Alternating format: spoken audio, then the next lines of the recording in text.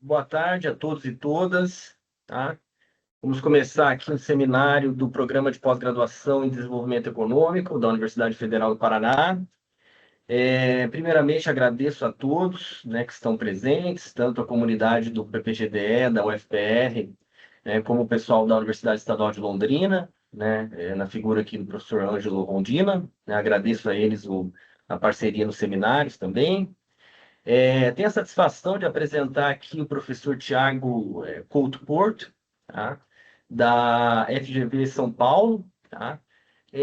O professor Tiago, ele é um professor ainda jovem, mas tem uma já consolidada linha de pesquisa, um histórico bastante consolidado na área acadêmica, né? Com excelentes publicações nas melhores revistas da área, né?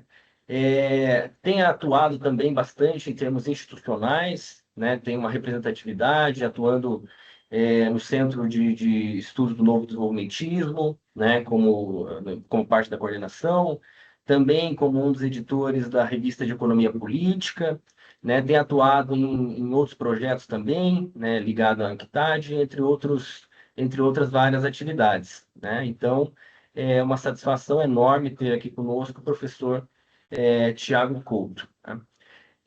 Agora eu passo para o professor Hugo Carcanholo, né, fazer também uma breve apresentação do histórico, da trajetória acadêmica do professor Tiago, né, visto que eles também são amigos aí de longa data. Né? Professor Hugo, a palavra é sua.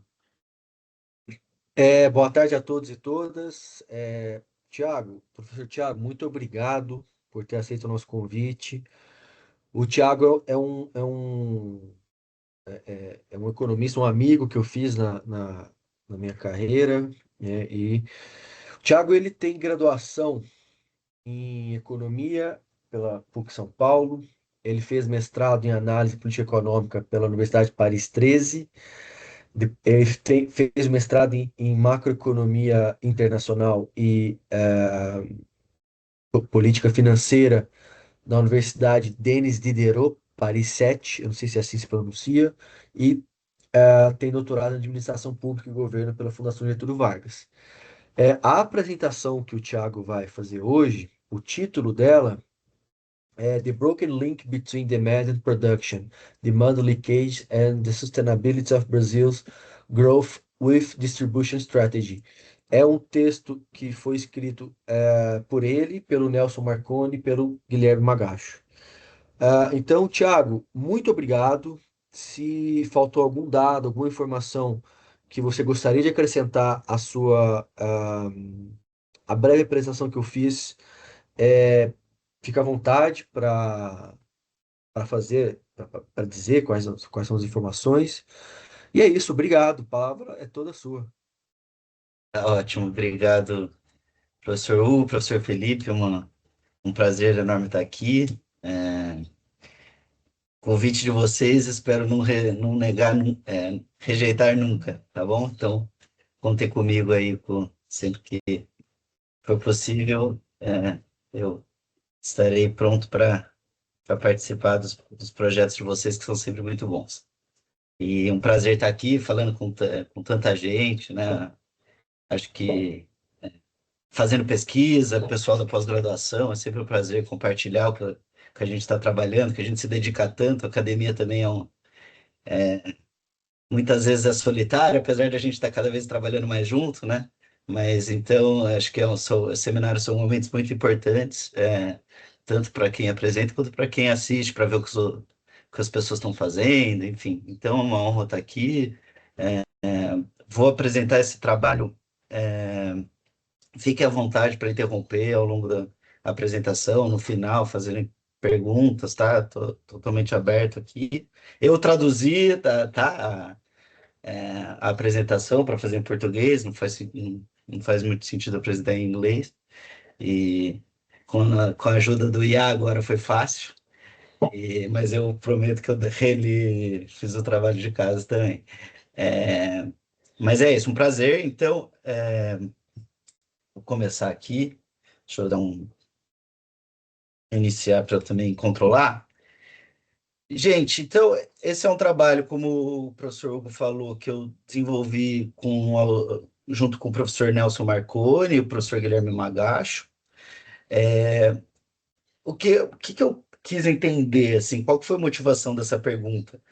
Primeiro que claramente o Brasil teve uma tentativa, eu vou dizer que foi bem sucedida parcialmente, depois passou por problemas de crescimento com distribuição de renda, que é uma coisa rara, né, de se ver.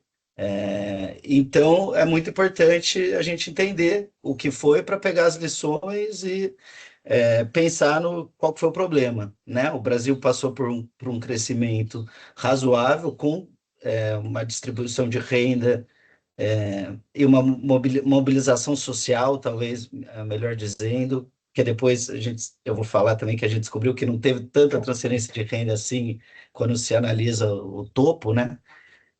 Com dados de receita, do imposto de renda, enfim. Mas teve um período bem sucedido no sentido de que o Brasil foi uma referência, né? Tem a capa da Economist do Brasil decolando, tal, e pouco tempo depois a gente entrou numa crise que se arrasta basicamente até agora, né? A gente tá dando tendo uma volta, assim, mas ficou em crise por bastante tempo, tá?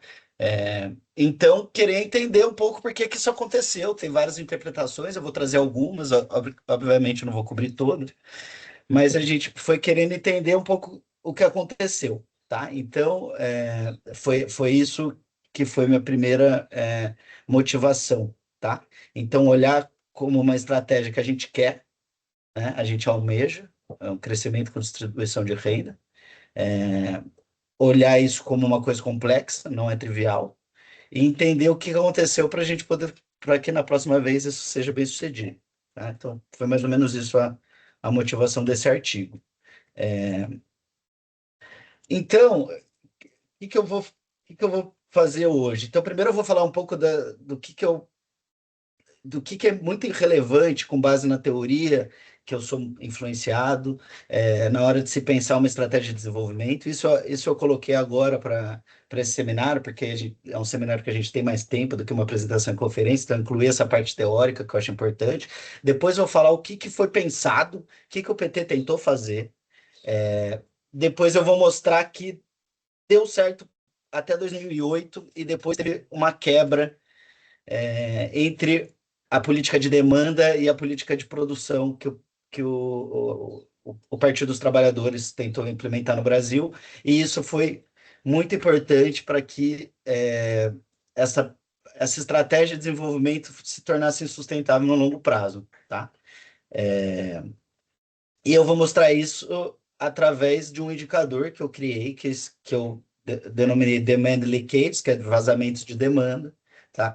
Usando as matrizes internacionais, né? Usando matrizes sobre produto internacional para calcular em termos de valor adicionado o quanto dessa demanda do Brasil começou a vazar para fora do Brasil, e o quanto isso foi muito significativo, principalmente em setores de mais média alta e alta tecnologia, que reforçou uma mudança estrutural regressiva, no caso, né? Uma especialização regressiva no Brasil, que limita o potencial de se crescer com distribuição de renda. Eu vou explicar por que que isso acontece, tá? Então, vou mostrar os dados, vou mostrar bastante dados depois, tá? Da metade para o final é só dado, basicamente, tá? Então, fiquem atentos aí, no começo vai ter ter mais teoria, etc., mas depois, da metade para o final, bastante investigação empírica. Depois eu testei um modelo econométrico para entender por que vazou tanta demanda, tá? E para estudar o papel do câmbio, do investimento, de variáveis macroeconômicas, tá? E aí eu vou tirar algumas conclusões e implicações de políticas públicas. Então, vamos lá, né? A gente está no programa de desenvolvimento aqui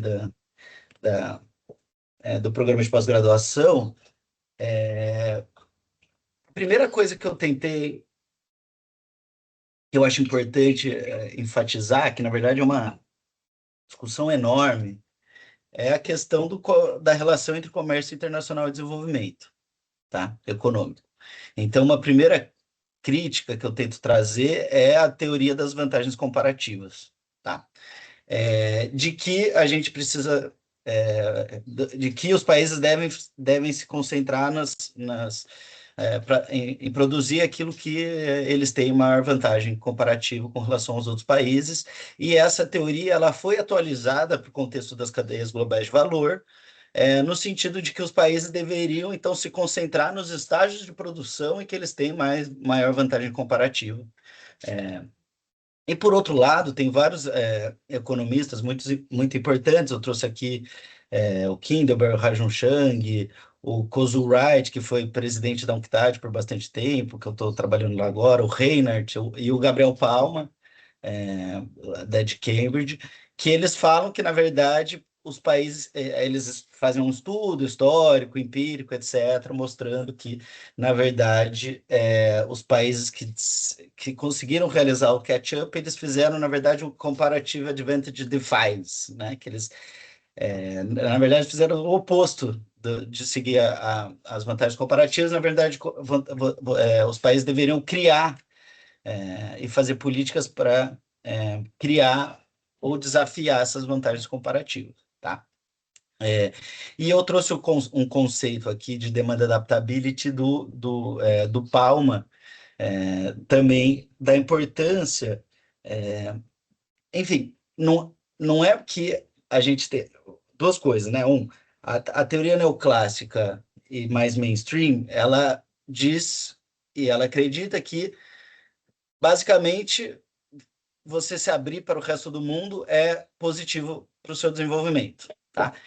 Enquanto que esses autores que questionam isso, não é que eles acham que não se deve abrir para o resto do mundo, que não deve ter uma abertura comercial, é que deve ser uma abertura comercial estratégica, tá? Isso é muito diferente. Uma coisa é você abrir sem ter uma estratégia para essa abertura, tá? Essa é uma estratégia que pense em competitividade, mudança estrutural e assim por diante. Outra coisa é você abrir e deixar o mercado livre para com que os recursos se movam automaticamente da melhor maneira possível, assim por diante. Tá? Então, eu sou a favor, e a partir da leitura desses autores, né, de que se deva, sim, a economia, a gente tem que ter o desejo e fazer políticas e ter estratégias para se inserir nos mercados globais, tá? Exportar, participar do comércio internacional, mas que isso deve partir de uma estratégia, né? E de políticas assertivas, e não simplesmente vamos abrir economia e deixar acontecer. Tá. Então, o Palma criou essa variável de demanda adaptability, que é como você consegue criar capacidades para se adaptar a essa mudança no cenário global que varia muito. Tá? Além disso, claro... Ops, e foi para o final? Desculpa, não sei o que aconteceu. Aqui. Eu vou trazer bastante ao longo da apresentação a importância da mudança estrutural, tá? Que é um conceito cepalino, estruturalista, tá? Começou com Prebisch, Furtado e mais recentemente Timoli, Porcilli, etc. Trabalham muito isso, que é enxergar o desenvolvimento como mudar a estrutura produtiva para setores mais sofisticados. E aqui, obviamente, eu incluo os serviços modernos também. Vocês vão ver, vou trazer alguns dados de serviços modernos. Tá? Mas que o desenvolvimento necessariamente passa por essa transição de setores menos sofisticados para setores mais sofisticados. Esses setores mais sofisticados, eles são setores que pagam salários melhores, eles são setores que exigem uma maior educação, então isso também pressiona para você ter políticas educacionais, eles são mais formalizados e assim por diante. Então, esses setores tem características muito distintas, e você transacionar em direção a esses setores mais sofisticados carrega de maneira mais sustentável aumentos do padrão de renda, tá? Além de produtividade, assim, e assim por diante, tá? E, a, e aqui eu trouxe também o termo do professor Bresser, que é o de liberalization trap, que é justamente o que eu estava falando, né? De você abrir a economia sem ter uma estratégia, e a diferença do que ocorreu nos países do leste da Ásia e China com relação ao Brasil, tá? Enfim, e por último, que é o que eu vou fazer bastante, que eu acho que para entender o desenvolvimento do governo, do PT, principalmente, e para se pensar em políticas de crescimento com distribuição de renda, que é o trabalho do Bauman e do Chenery, em que eles trabalham a interação entre renda, padrão de consumo e estrutura de produção, tá? Por que que eu trouxe isso? Porque é muito importante para entender. Então, o que que eles trazem, né? Que políticas de renda podem gerar variações nos padrões de consumo, no sentido de estimular consumo de produtos mais sofisticados, que, por sua vez, podem impulsionar investimentos nesses setores mais sofisticados, que gerem melhora na estrutura produtiva, maiores salários e assim por diante, que volte a estimular maior renda, maior padrão de consumo e assim por diante, criando uma causação cumulativa à la Caldor. Eu tenho certeza que quem é aluno do professor Hugo já estudou e já falou sobre isso, tá? Então, eu vou mostrar que a estratégia do PT passou por aqui, tá? Eu vou mostrar um framework que eu elaborei já, tá? Enfim, então, em termos teóricos, é um pouco essa discussão que eu estou trazendo, tá? Comércio internacional, mudança estrutural e a relação entre renda, produção, estrutura produtiva, desculpa, renda, consumo, padrões de consumo e estrutura produtiva, tá? O que o PT tentou criar? Eu fui ler o que os próprios formuladores da estratégia, né, que basicamente o Bill Scholz, que resumiu muito bem, que eles quiseram propor, tá? Eles quiseram propor um crescimento com distribuição de renda ótimo, baseado em 3 frentes de expansão, principalmente consumo em massa, tá? Mas também com um foco central nos recursos naturais, commodities, exportação de commodities, e investimento em infraestrutura, tá? Já vou falar mais o que foram essas políticas também. E tudo isso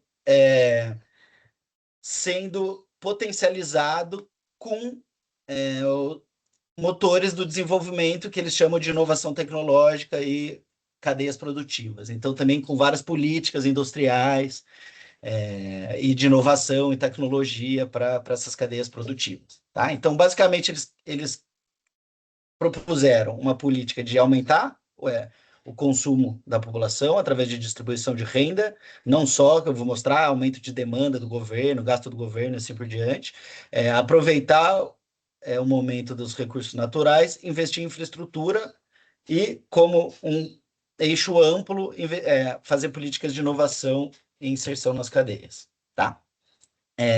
Qual que é a interpretação? Uma das interpretações de economistas desse momento, que também faz essa interlocução entre demanda e produção, que eu comentei agora, é do pessoal da USP, tá? Tá. Esse daqui foi do Bielchowski, que é da UFRJ, e do Carneiro, que é da Unicamp, tá?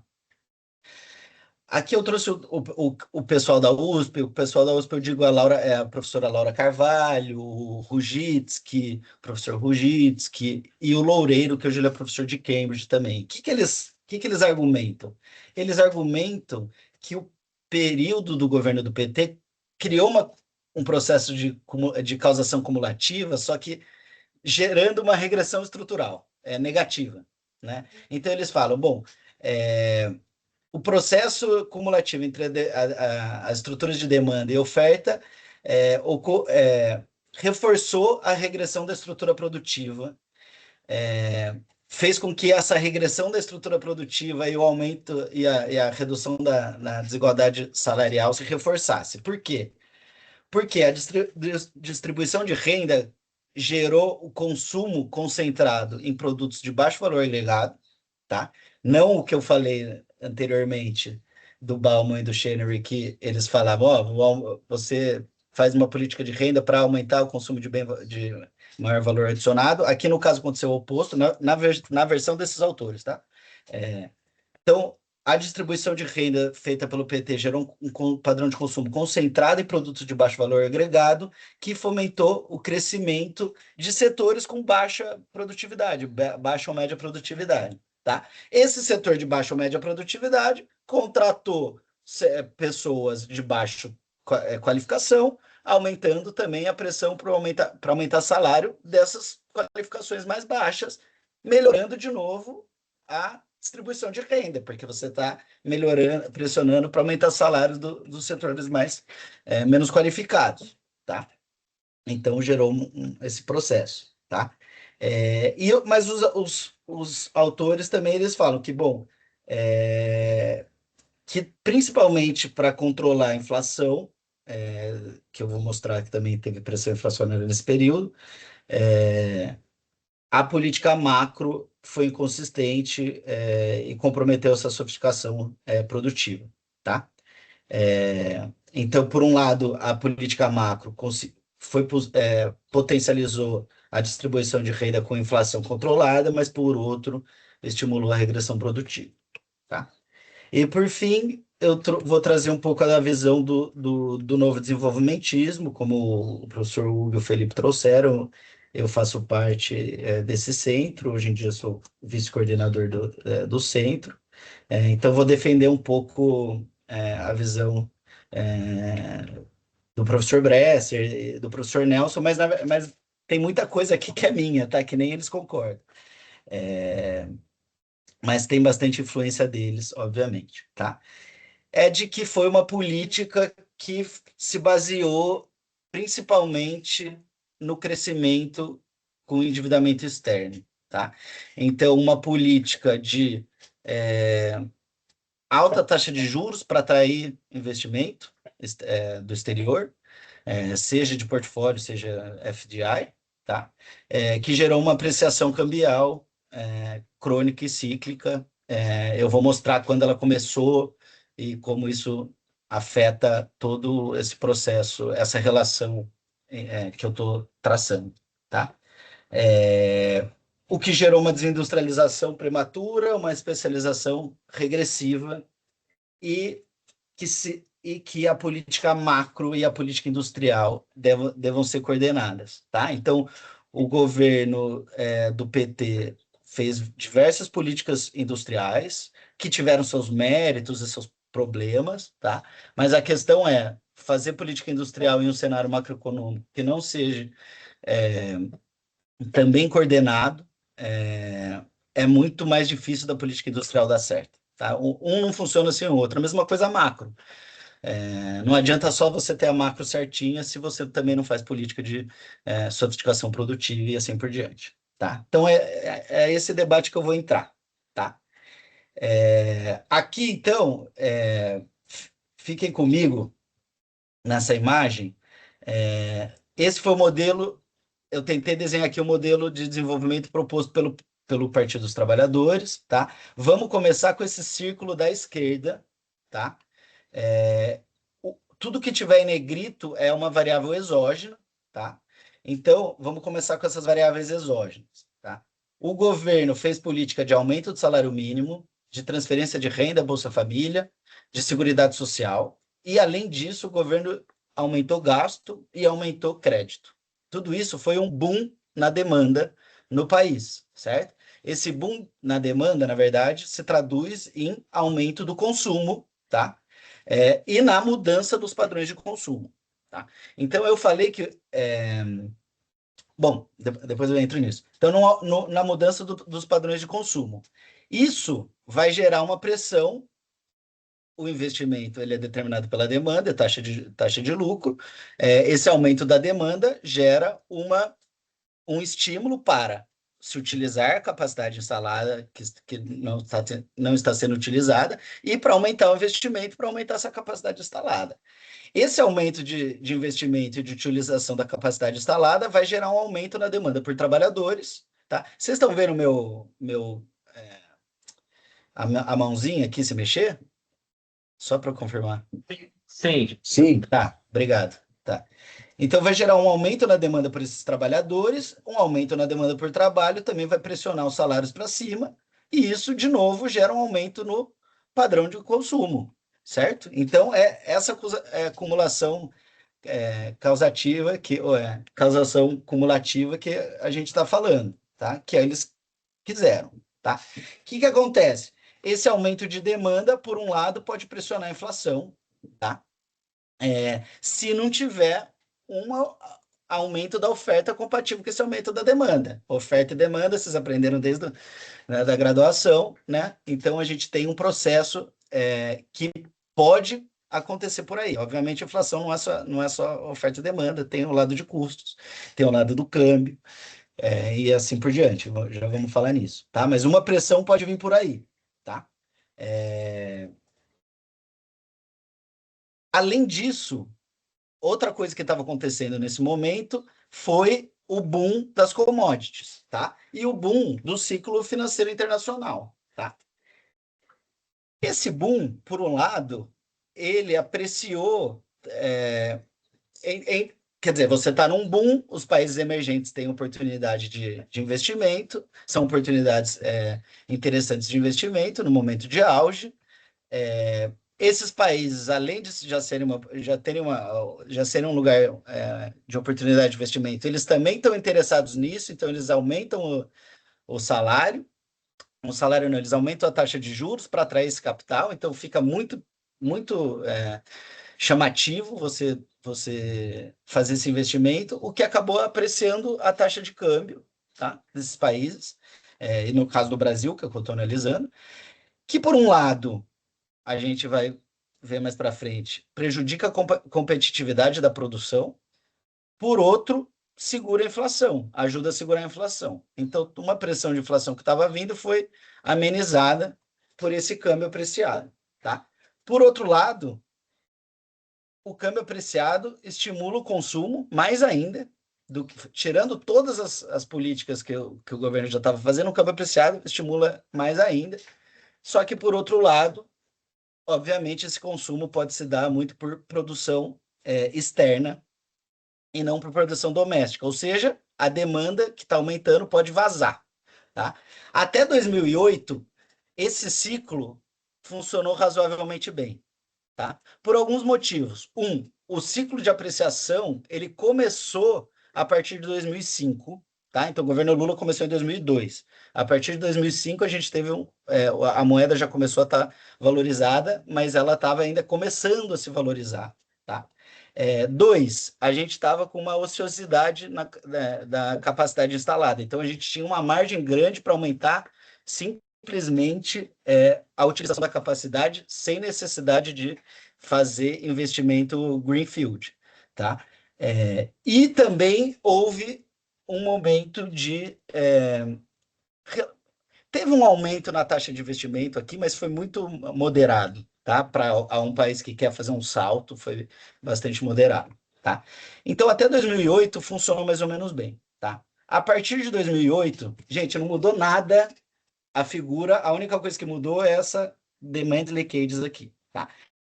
Então, o que mudou? Antes eu estava falando, estava gerando aumento da capacidade instalada e um pouco mais de investimento. A partir de 2008, começou a vazar muito, porque a apreciação tomou forma num patamar, num nível relevante, a utilização da capacidade instalada já estava sendo utilizada, tá? Ou seja, tinha pouco espaço, o juros estava alto, comparado com o juros internacional, não estava sendo propício fazer esse investimento produtivo, tá? Então, a partir desse momento, a partir de 2008, começou a vazar muita demanda. Então, todas essas políticas de demanda que o governo estimulou, que era para gerar também um aumento da demanda doméstica, que aumentasse a produção nacional, não aconteceu, tá? Enfim, já vi que eu estou falando um monte aqui. Eu vou passar rápido aqui, tá? Eu criei um indicador para medir esse vazamento de demanda. É um indicador que eu uso a matriz e um produto, tá? Ela usa métricas de comércio em termos de valor adicionado, tá? Então, a demanda é um market share, o vazamento de demanda é o quanto da demanda doméstica, é um share de quanto da demanda doméstica é capturado por produção local e o quanto é capturado por produção estrangeira, tá? Aí, eu vou compartilhar a apresentação, vocês podem compartilhar, tá, Felipe? Mas eu vou dar uma acelerada, porque tem bastante coisa aqui que eu quero falar, e eu acho que eu não vou ficar na parte muito matemática, mas só uma coisinha assim. Os principais indicadores de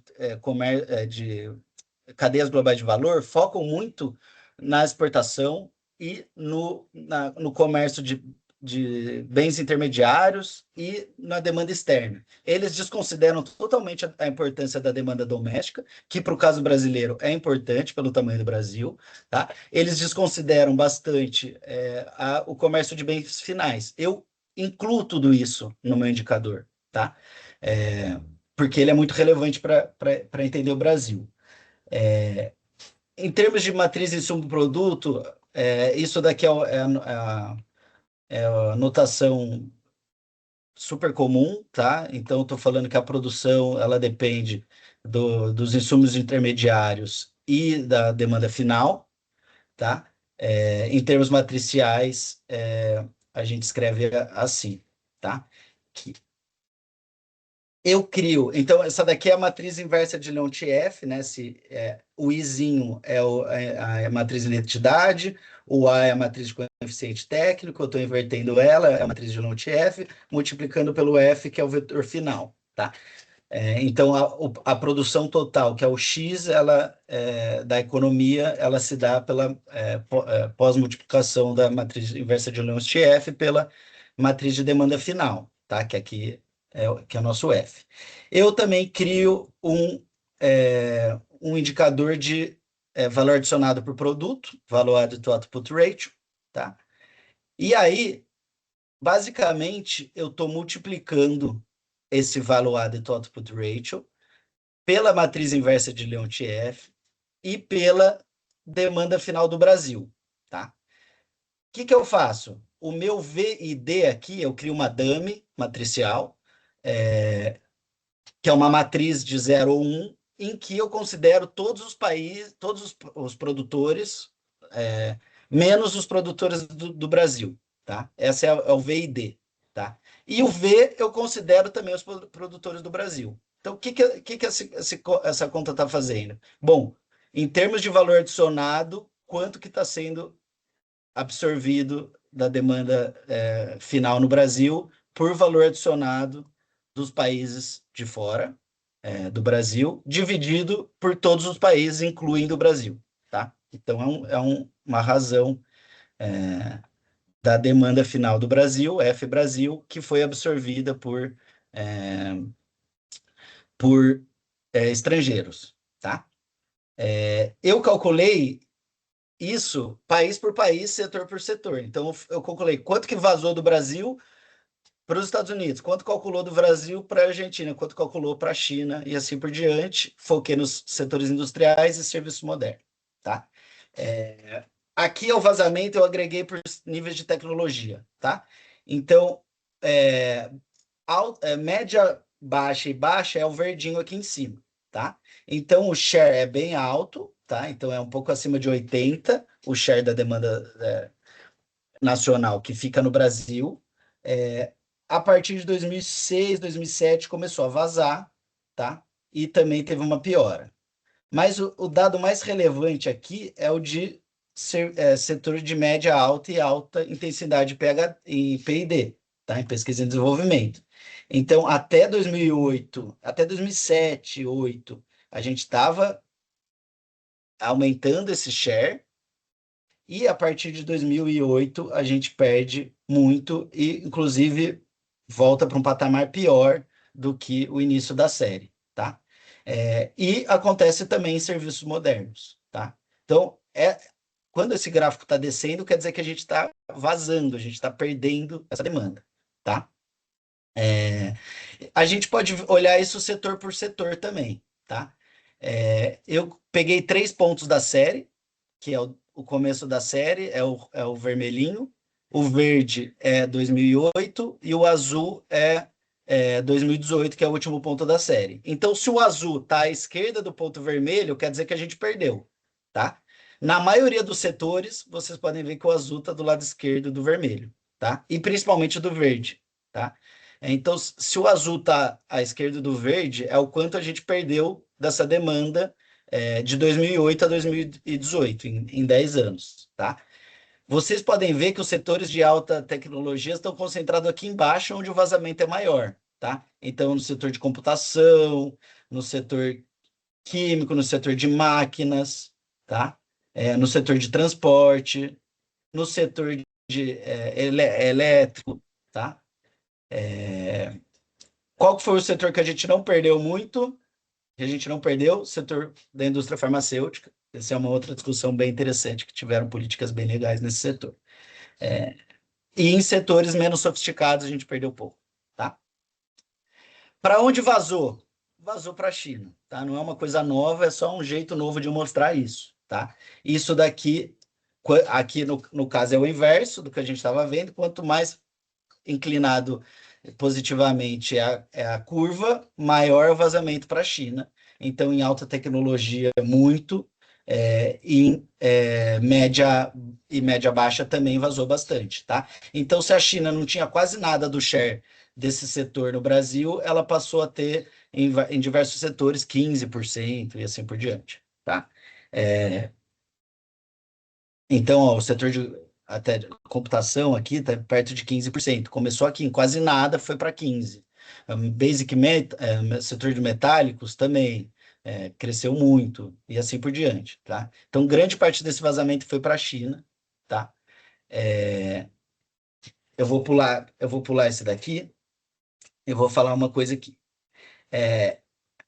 Se esse vazamento tivesse acontecido ao mesmo tempo que o Brasil estava absorvendo demanda, estava conseguindo expandir para os mercados externos, ou seja, estava conquistando o mercado lá fora, aumentando a exportação, etc., putz, não teria problema nenhum, tá? O problema a gente só perdeu demanda doméstica e a gente não conquistou demanda externa, tá? Então, aqui tá meio ruim de ver, né? Provavelmente, que até eu não estou conseguindo ver aqui nessa tela grande. Mas, basicamente, o eixo X é a demanda externa e o eixo Y é o quanto variou em termos de demanda doméstica nesse período, tá? O que eu estou mostrando? Que diversos países perderam muito mais a demanda doméstica do que conquistaram demanda externa. E é o caso do Brasil. Tá? Esses países estão associados a crescimento de renda per capita menor, vou mostrar no próximo gráfico. Tá? Então, uma inserção externa bem-sucedida é uma caracterizada por uma reorientação competitiva, ou seja, a gente perde share do mercado doméstico, mas obtém um ganho líquido com uma expansão agressiva no mercado externo. O problema é quando a gente tem uma perda dupla, né, que é o caso do Brasil, que a gente perde muita demanda doméstica e não consegue compensar isso, tá, no mercado externo. Tá?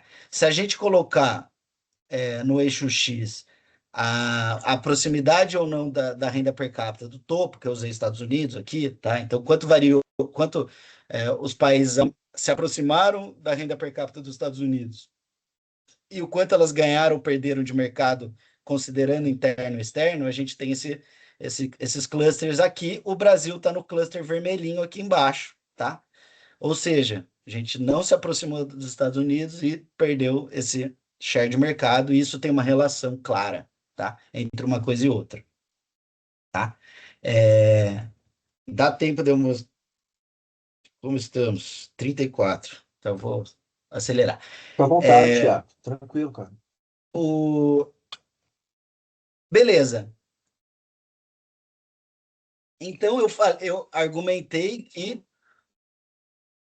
o vazamento de demanda poderia ser mecanismo pelo qual fragilizasse essa estratégia de desenvolvimento que o PT implementou. E eu mostrei estatísticas descritivas para mostrar que realmente teve um vazamento relevante. E eu já comecei a falar de algumas possibilidades, a taxa de câmbio, etc. Então, agora então vamos investigar o que causou esse enorme vazamento de demanda no Brasil, tá? Então, eu fiz um modelo econométrico, tá? Em que minha variável dependente é os vazamentos. Ele tem um componente autorregressivo aqui, e então eu quis entender o papel da taxa de câmbio, o papel da taxa de investimento, que são variáveis cruciais, mais diversos controles macro, tá? Eu vou mostrar aqui só alguns resultados, porque eu não vou ficar mostrando um monte de tabela de econometria, eu vou mostrar os resultados com a taxa de câmbio real. Eu também fiz com índices de desvalorização do Rodrick e assim por diante, tá? Mas o que eu fiz? Todas essas variáveis é o Brasil versus, quer dizer, o resto do mundo versus o Brasil. Então, é o câmbio, não é o câmbio efetivo do Brasil, é o câmbio real bilateral, tá? Então, sei lá, no caso da China, é o quanto a China tem a moeda desvalorizada com relação ao Brasil, quanto os Estados Unidos têm valorizado ou desvalorizado com relação ao Brasil. Então, é país por país, a mesma coisa investimento. Qual que é o investimento relativo do que a China está fazendo no setor de computação e comparando com o que o Brasil está investindo no setor de computação. Então, é um indicador relativo entre os países, tá? Então, eu usei um painel dinâmico, System GMM, tá? Do Arellano Bond. Por quê? Porque a gente está trabalhando com variáveis macro, tá? Que sofrem problemas de endogeneidade, tá? E esses modelos são muito adequados para isso, tá? E vamos aos resultados. Também não vou ficar muito aqui, mas deu que a apreciação, a depreciação das taxas de câmbio com relação à taxa de câmbio brasileira aumentam o acesso, quer dizer, a captura da demanda brasileira desses países, ou seja, a desvalorização da taxa de câmbio da China com relação à taxa de câmbio do Brasil aumenta a parcela que a China captura da demanda do Brasil, tá? Tem alguma variação do coeficiente aqui, mas é porque é uma base de dados que tem muitas lacunas, tá? Então, por exemplo, taxa de juros real é difícil de pegar para todos os países, são 70 países aqui. Então, varia muito o tamanho da base de dados, tá? Então, sei lá, quando eu coloco aqui a taxa de câmbio, desculpa, a taxa de juros, a base cai pela metade.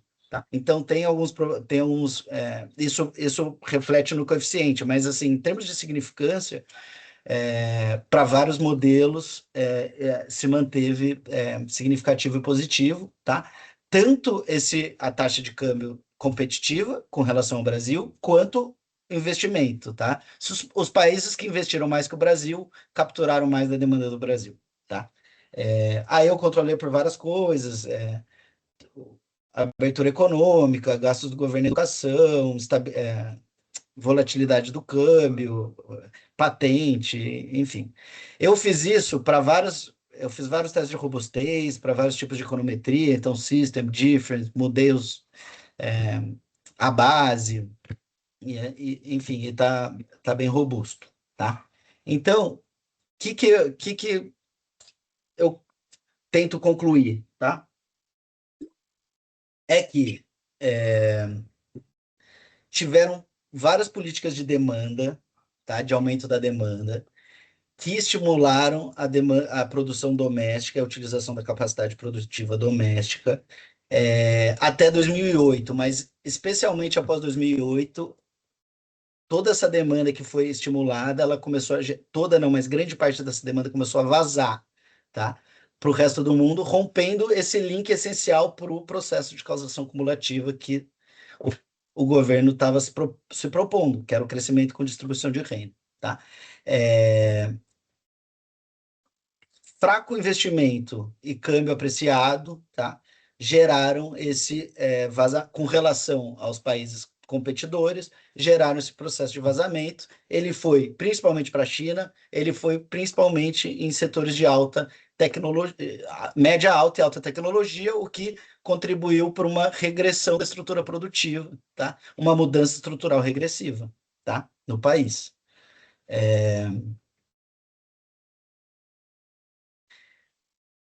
Implicações de políticas. Primeiro, diferentes abordagens de distribuição de rendas devem ser combinadas com as políticas de transferência e aumento salarial, principalmente, tá?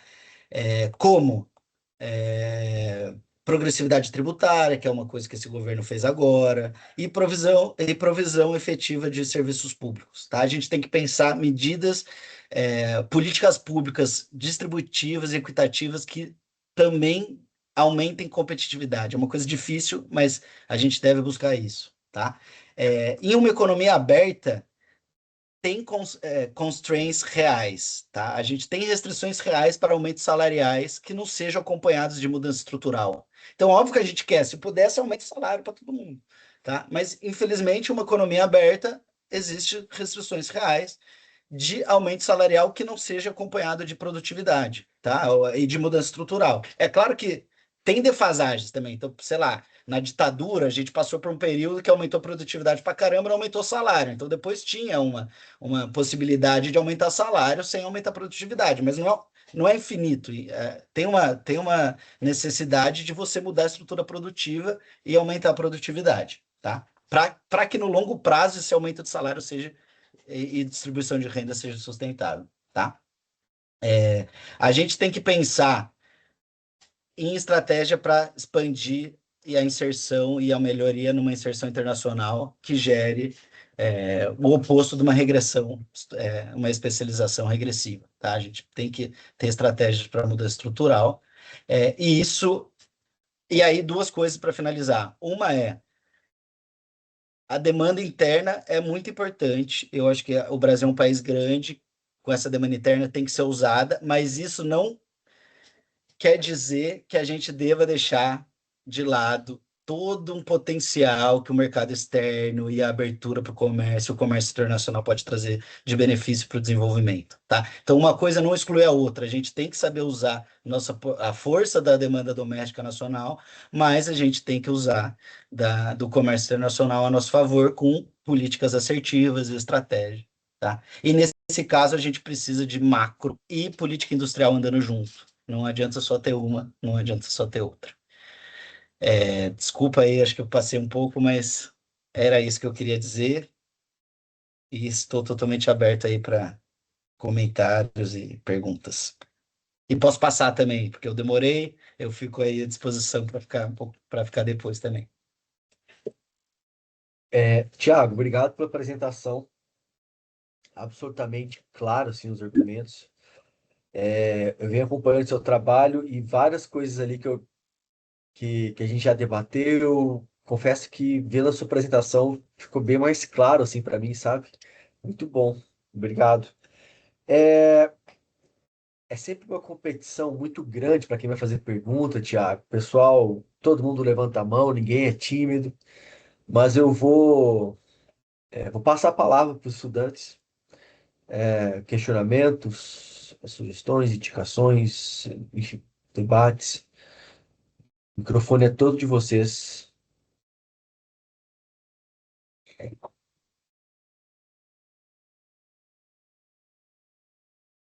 A Víncia tá.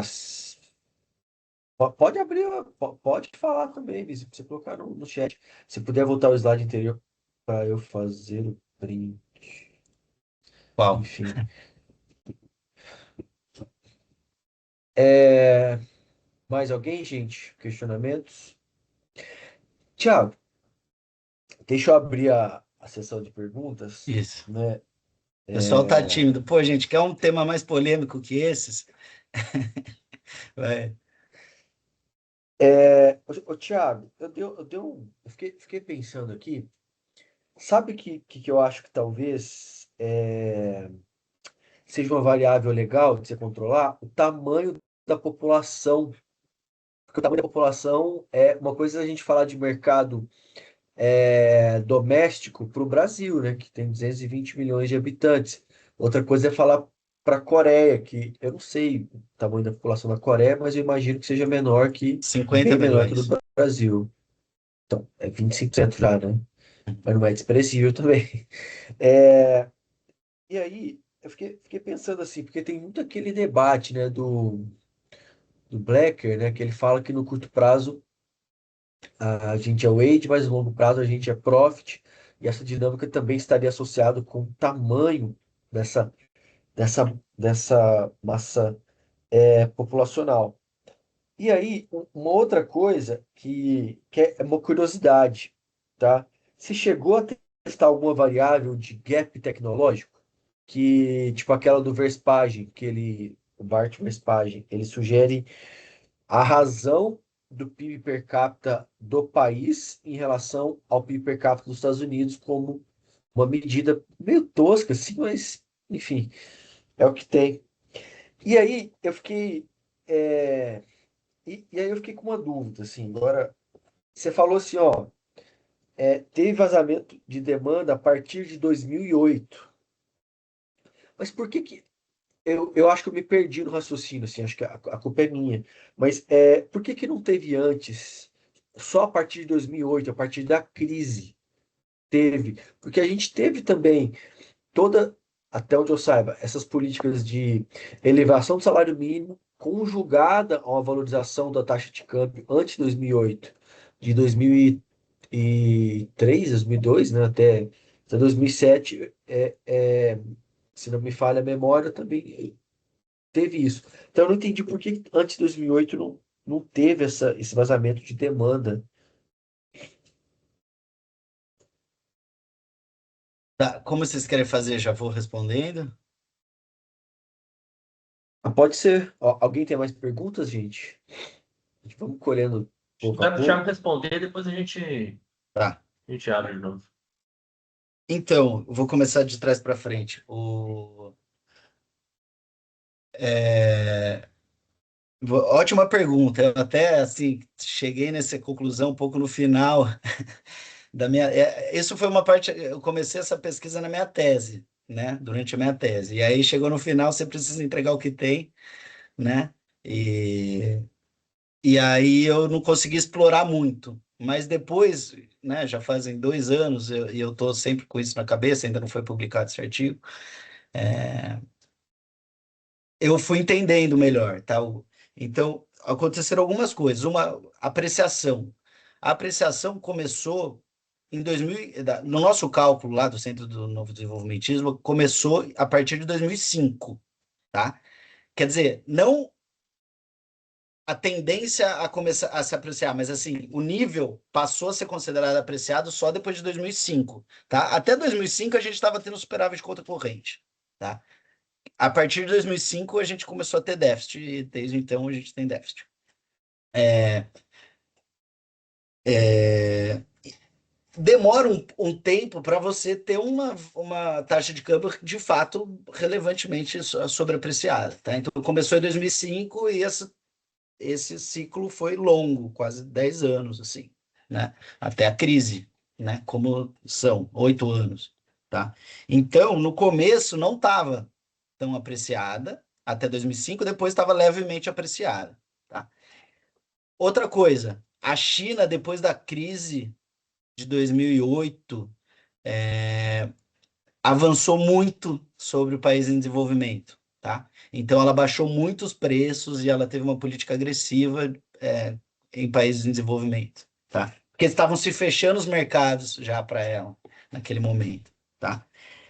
E três, o Brasil tinha capacidade instalada ociosa, tá? Então, se você vê os dados de capacidade instalada, até 2008, era tipo, tava, sei lá, o nível de capacidade utilizada tava 75, 70. Então, tinha aí uns 15% para aumentar a capacidade instalada, que é bastante, sem precisar fazer um investimento novo, tá? Só esperando a demanda vir, né? A demanda veio, tinha capacidade para produzir. A partir do momento que você precisava tomar essa decisão de investimento, aí é outra história, né? De greenfield, né? De aumentar a capacidade, aí já é mais arriscado. Aí você vai ver taxa de juros, taxa de lucro e assim por diante, competitividade e tal. E aí não estava tão valendo tanta pena correr esse risco, tá? Acho que esse é o principal. O tamanho da população poderia ter. Normalmente eu coloco, eu não sei se eu testei ou não, não lembro, mas acho que vale a pena, né, testar para controlar. No caso é para o Brasil só que eu estou focando, então obviamente que a demanda nesse caso vale. Quando for para interna, né? Se eu só estou falando de um país pequeno, precisa de demanda externa, é, necessariamente. Gap tecnológico também acho super relevante. Eu coloquei PIB per capita, tá? Eu não sei se eu fiz esse PIB per capita, essa razão, tá? País Estados Unidos, nesse caso. Em outros artigos eu já usei, mas nesse eu não lembro se eu controlei. É, pra, quer dizer, não controlei, eu controlei por PIB per capita só.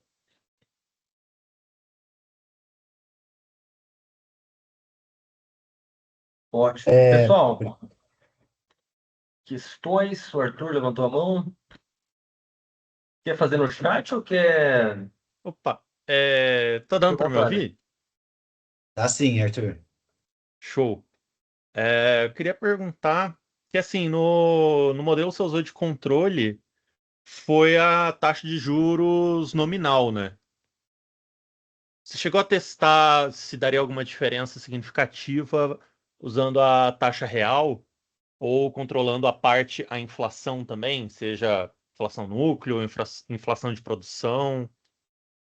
O... Porque, a meu ver, a diferença de juro real seria também significativa além do juro nominal.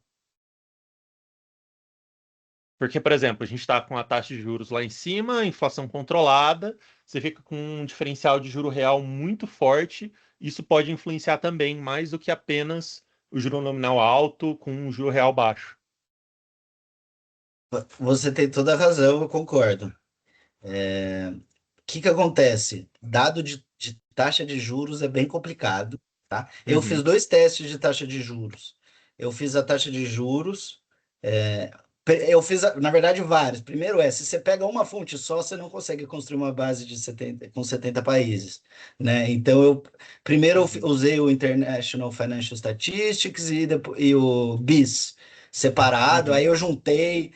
E eu fiz também não só a taxa de juros, como a taxa de juros com relação à taxa de juros dos Estados Unidos. Eu também fiz esses 2 testes, mas não testei real Uhum. mesmo, tá? Eu concordo que, assim, eu acho que ela não deu significativa por conta de estar ruim. E é isso, muda o coeficiente. A minha base caiu muito quando eu uhum, coloquei ela. Só que como eu estou falando muito dela, eu falei, não, vou controlar por ela também, né?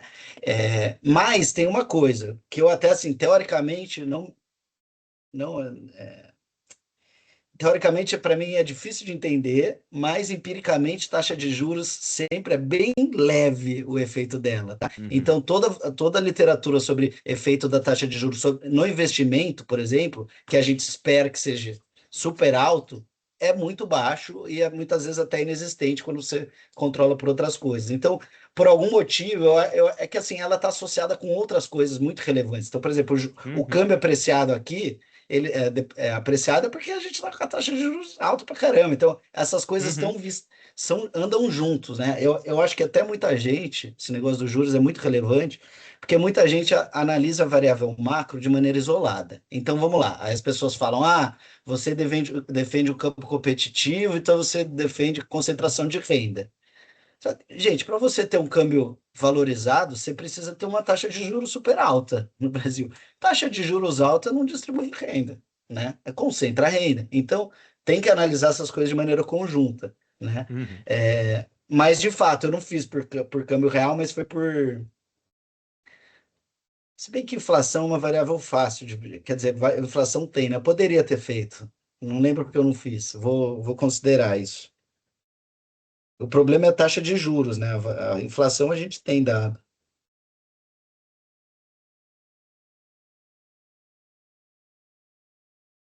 Pessoal, mais perguntas, questões para o Thiago? O Thiago, eu tenho um comentário meio geral. Achei muito interessante, tenho que ler teu trabalho, né? Mas é um ponto que acho que me interessa bastante, é bem relevante, essa parte de vazamento da demanda, né? Uma vez, uns anos atrás, eu até cheguei a trabalhar um pouco com isso, mas num outro contexto, né? Nos modelos de restrição externa. E acho que até senti falta um pouco no trabalho, né? De linkar um pouco com o modelo de restrição externa, porque o modelo de restrição externa ele é próprio da característica estrutural, né?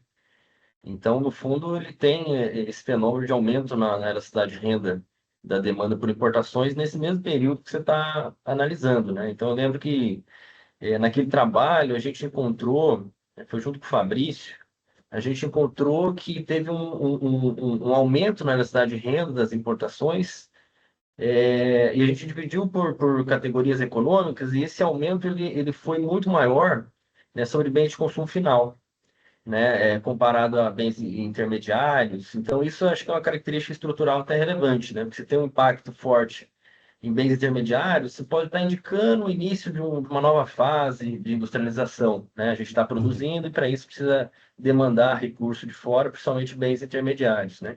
Mas quando é bem final, você não tem muita relação estrutural. No fundo, você está utilizando esse período de maior renda após 2002, 2003, que o seu trabalho vai tratar, né, esse aumento na renda média, aumento dos salários acima da inflação e até da produtividade, né, e o impacto disso, né, na demanda externa e principalmente bem de consumo final, o que está indicando problemas estruturais claros, que eu acho que é isso que o trabalho que você apresentou para a gente aqui, né?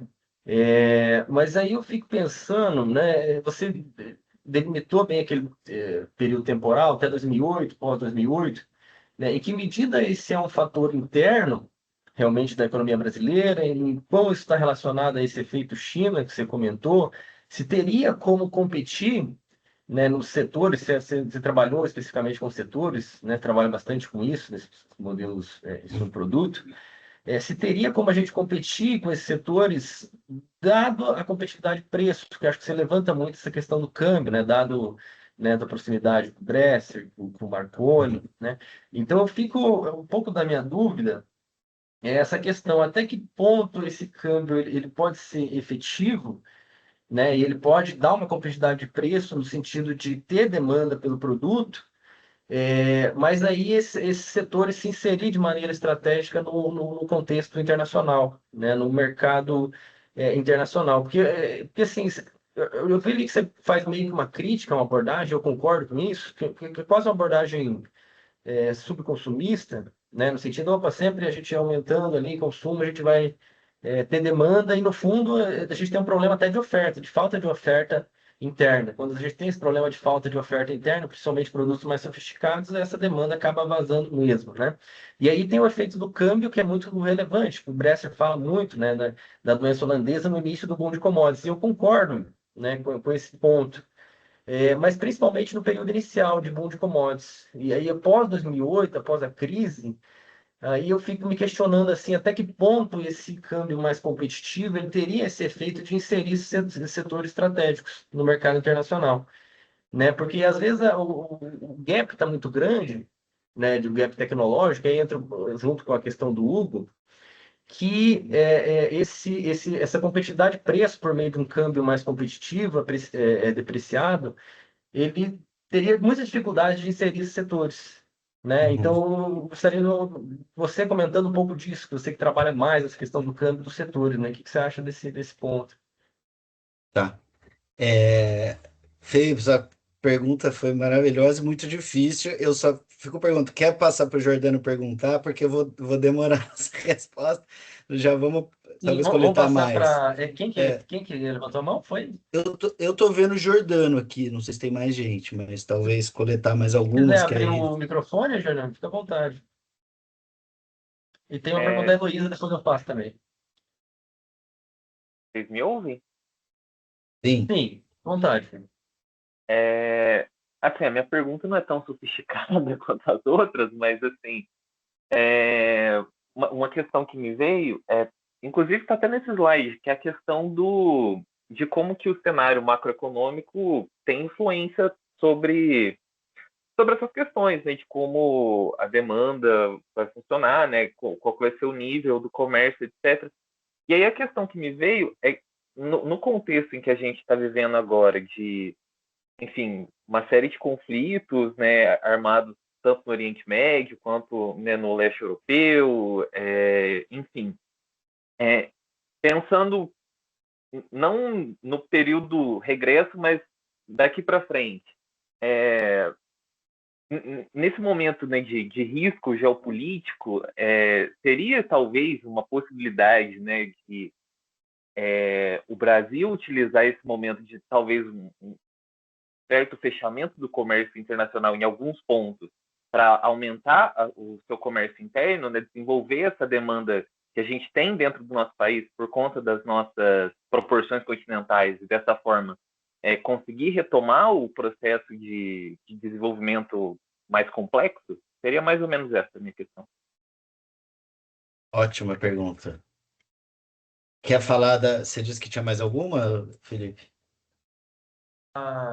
A Heloísa colocou no chat aqui, Thiago, mas tentar resumir, no fundo ela quer saber como você tratou a questão da endogeneidade, né? Visto que o câmbio é uma variável delicada nesse ponto, né? Tá. Então vamos lá. Então, começando pela sua, Felipe. Claro, não, eu sou super, quer dizer, sou super influenciado pela literatura de restrição no balanço de pagamentos, tal, já tenho trabalho com isso também. Eu falei pouco disso hoje. Eu acho que, como eu trato muito dessa questão de demanda interna, eu não sei porque eu não trouxe, não trouxe tanto isso. Acho que tinha tanta coisa, né? Que eu citei no artigo, mas não foquei tanto nessa literatura. Mas, assim, na verdade, o que eu fiz é outra maneira de se olhar esse processo, tá? Que traz um foco maior para questão interna, talvez. Tem um link maior com essa questão de geração com distribuição de renda, geração de demanda, tal. Eu acho que por isso eu acabei omitindo, mas assim, tem muita semelhança, tá? E aí o que você trouxe é muito legal, né? Você falou bens de consumo, né? Que foi o que aumentou mais a necessidade de renda da importação.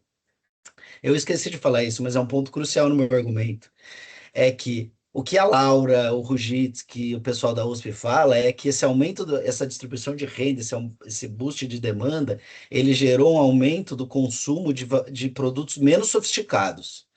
Aí eu falei, não é possível isso, gente. Tipo, a gente viu aumento do consumo de eletrodoméstico, de automóvel, de vários produtos sofisticados. Eu falei, não, vamos olhar esse dado direitinho, né?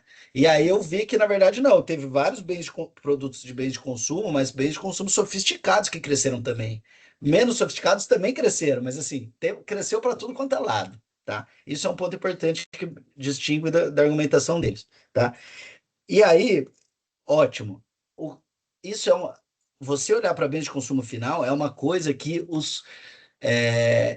perdeu um pouco de relevância nas análises de cenário internacional com as cadeias globais de valor, porque os caras só olham para consumo intermediário, né? Então você pega os indicadores, a maioria fica olhando para serviço intermediário e meio que esquece um pouco desse consumo final, que é muito relevante, tá? Então eu coloco isso e é uma das distinções assim do meu indicador é trazer isso para essa análise de cadeia global de valor, mas trazendo de volta o mercado doméstico e trazendo de volta os bens finais, tá? Eu acho, eu não vi esse dado de vocês, mas assim, tem um artigo do Guilherme Magacho,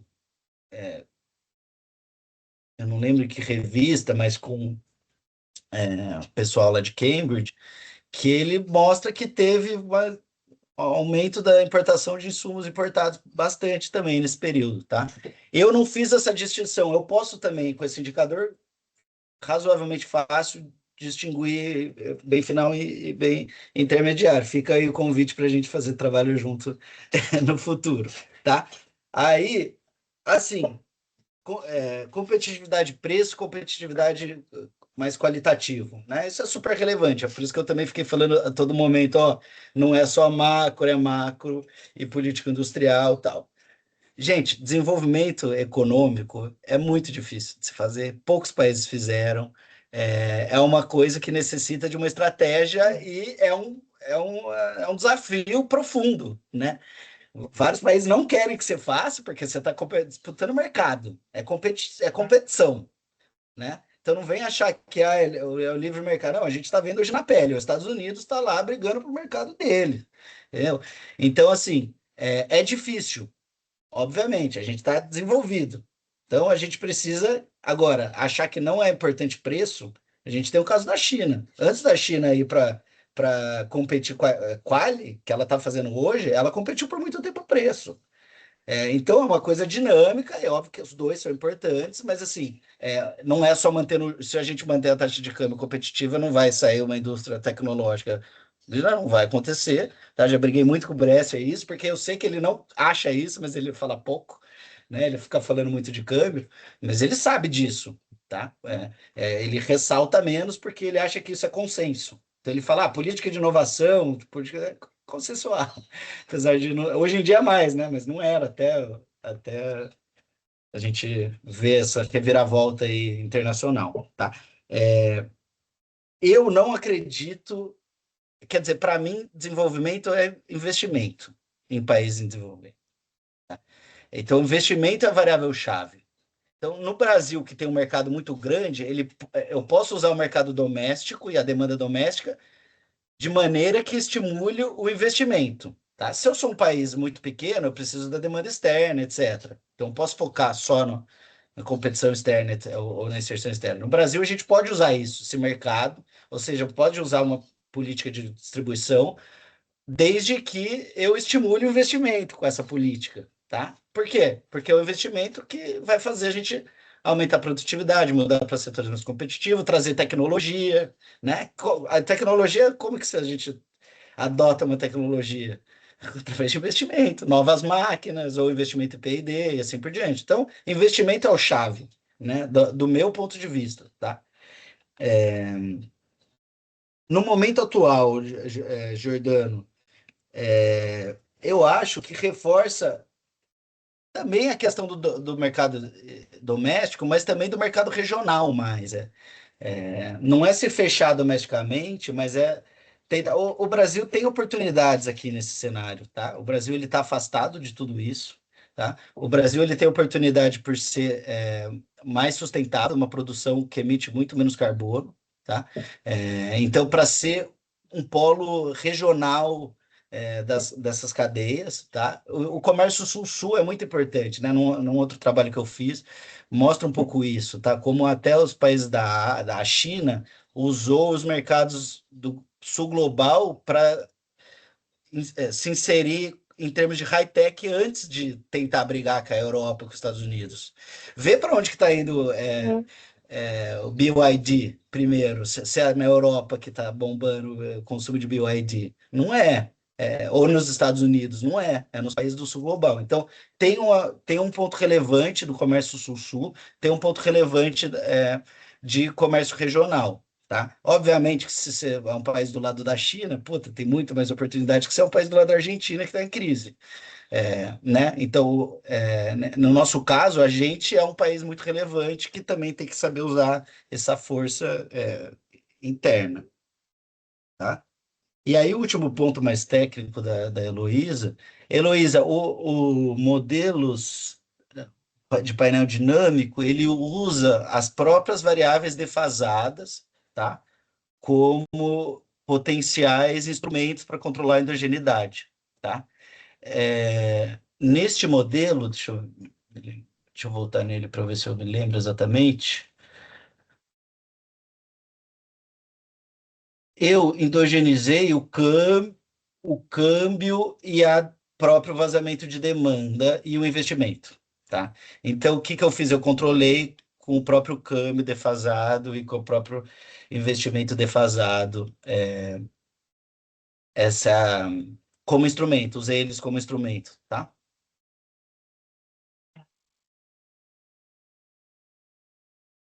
Ótimo.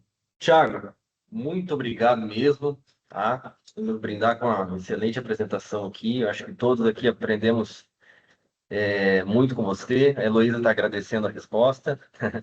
É, acho que respondeu muito bem a minha também. Acho que é um tema bem interessante, né? Temos que conversar sobre isso aí para um futuro trabalho. É, e fica aqui meu agradecimento, tá? Novamente aí, por ter aceito gentilmente aí o nosso convite para participar dos seminários aqui. Eu acho que foi muito importante aqui para a comunidade do PPGD UFPR. Hugo, você quer comentar alguma coisa? Agradecer, Thiago. Obrigado, cara, por ter vindo, por ter colocado à disposição. E é isso aí. Até daqui uns dias aí. A gente se vê. Obrigado a vocês, gente. Foi um prazer. Muito bom estar aqui com vocês e, como disse, estou aí à disposição para quando vocês precisarem, tá bom? Um abraço, boa semana Obrigado. aí para todo mundo. Obrigado.